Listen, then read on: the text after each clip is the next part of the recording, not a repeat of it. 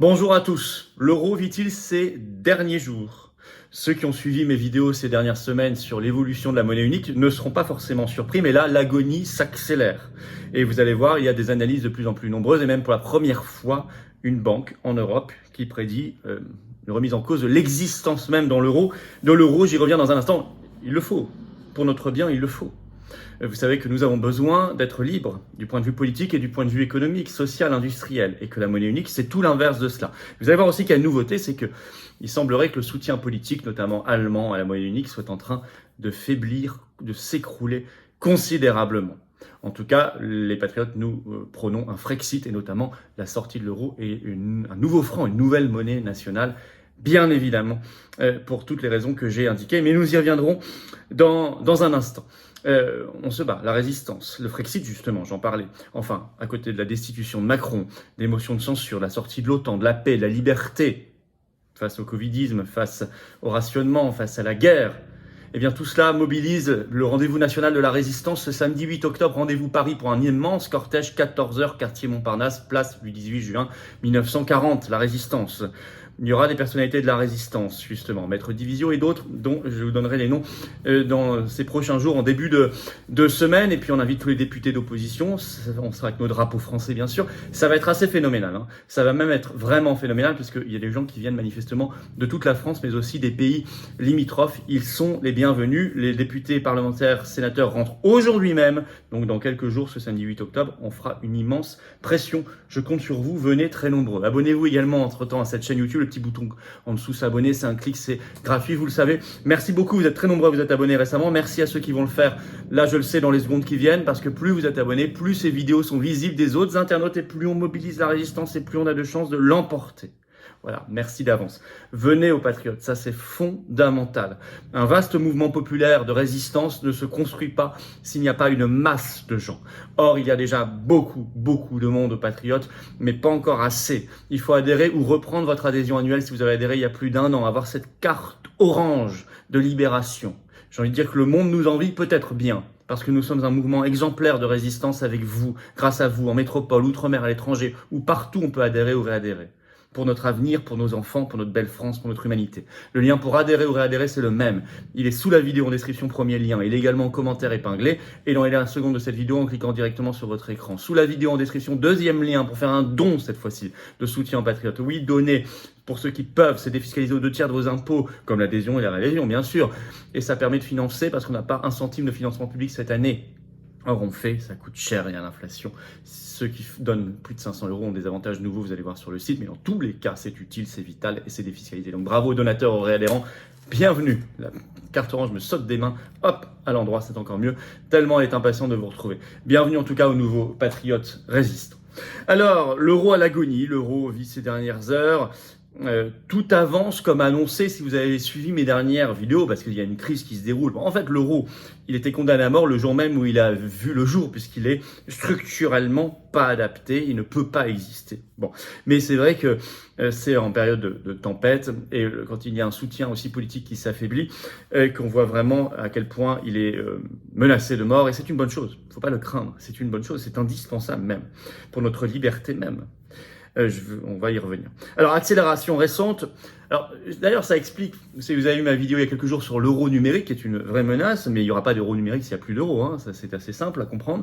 Ils accélèrent justement dans leur délire d'euro numérique, parce qu'ils sentent que l'euro en lui-même est menacé. Donc c'est une espèce de fuite en avant idéologique. Alors, en tout cas, il y a eu une publication choc ce 26 septembre. C'est la banque Nordea, qui est une banque scandinave, qui a publié une note et dans laquelle elle dit, je cite, « Nous pourrions voir l'existence de l'euro remise en question ». Ça, c'est quand même très nouveau, une banque très conventionnelle. Pourquoi ? Elle avance 2 raisons. 1, la fragmentation politique de l'Europe, je cite, car, dit-elle, merci de l'aveu, je cite, « L'euro est un projet politique », donc ça n'est pas un projet rationnel, monétaire, économique, non, c'est un projet politique, c'est un projet idéologique. Et 2, la raison, c'est que, je cite, « L'Europe est l'épicentre d'une tempête parfaite sur les marchés de l'énergie ». La faute à qui ? À des choix absolument délirant. Et en effet, tous les éléments de crise convergent au sein de la zone euro et mettent en danger la monnaie unique dans son existence même.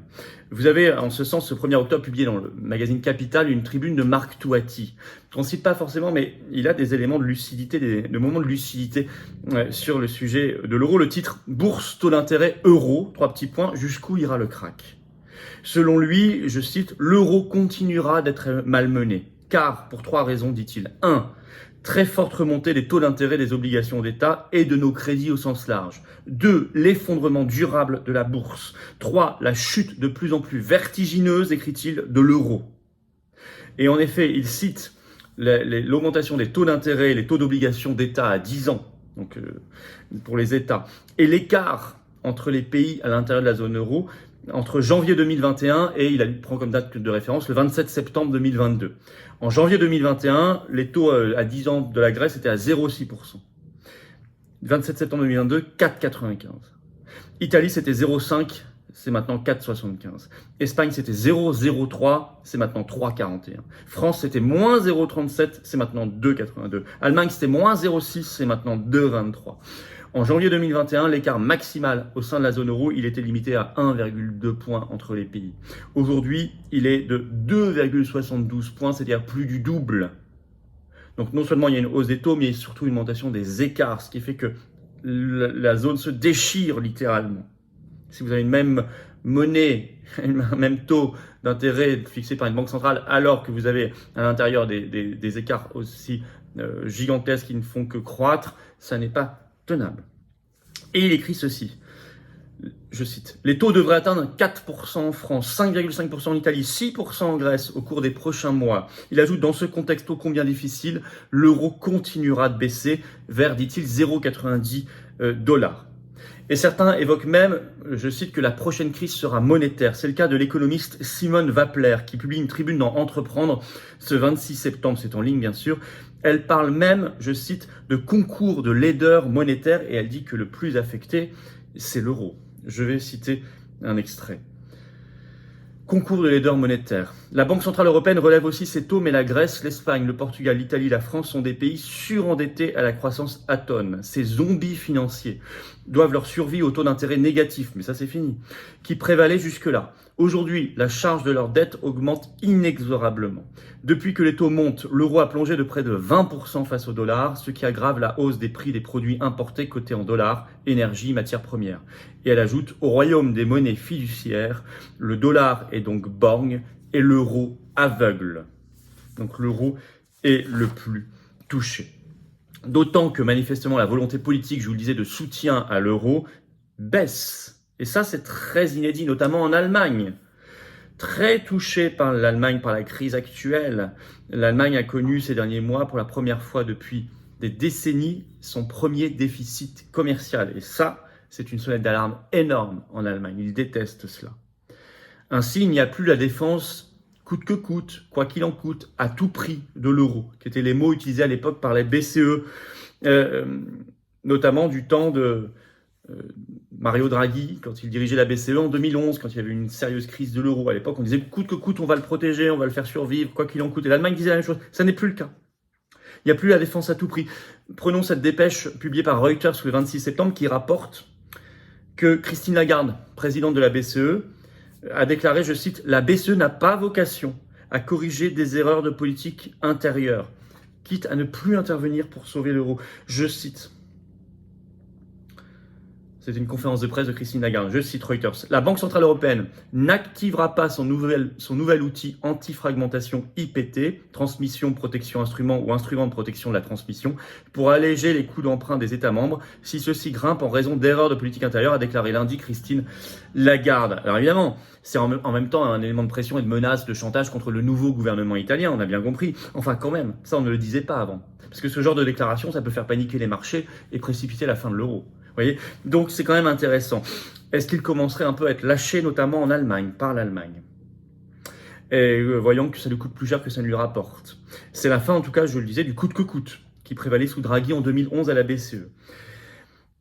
L'euro ne sera pas soutenable, le sera de moins en moins dans le nouveau contexte d'augmentation des taux d'intérêt, d'augmentation des écarts, je l'ai dit, entre les États membres à l'intérieur de la zone euro et dans le nouveau contexte de récession. Surtout si la récession allemande est plus forte qu'ailleurs, ce qui pourrait pousser les Allemands à jouer leur propre politique. Et c'est manifestement ce qui se prépare.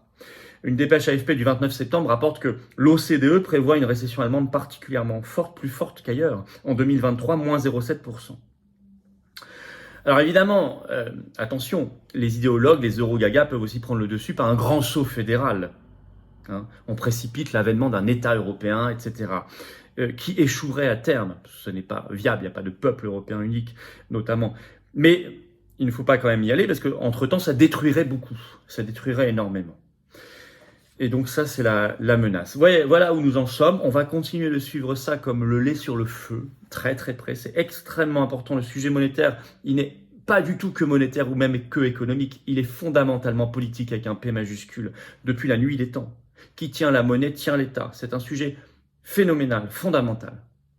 Et nous aurions tant intérêt à piloter notre politique monétaire nationale avec notre nouveau franc, ce qui permettrait d'avoir à côté des crypto-monnaies pour préserver la liberté. Tout ça, ça ménage. Mais le système actuel euro numérique qui pointe le bout de son nez est le pire de tous. Cette crise existentielle d'un euro à l'agonie est une bonne chose. Maintenant, elle se prépare. Si on veut le moins de dommages possible, le mieux, ce serait d'anticiper. Bon. On y reviendra, évidemment, on va suivre ça. Vous avez noté samedi 8 octobre, 14h, Paris, cortège national, venez avec des drapeaux français, il y aura des milliers, des dizaines de milliers. Place du 18 juin 1940, quartier Montparnasse, bien évidemment. Soyons extrêmement nombreux à ce rendez-vous national de la résistance. Abonnez-vous à cette chaîne YouTube, le petit bouton, c'est gratuit. Un petit clic, c'est un quart de seconde. Vraiment, les algorithmes de YouTube verront à ce moment-là le nombre d'abonnés croître, ce qui est le cas. Merci à vous. Et donc, rendront plus visibles encore ces vidéos. On va réveiller de nouvelles personnes.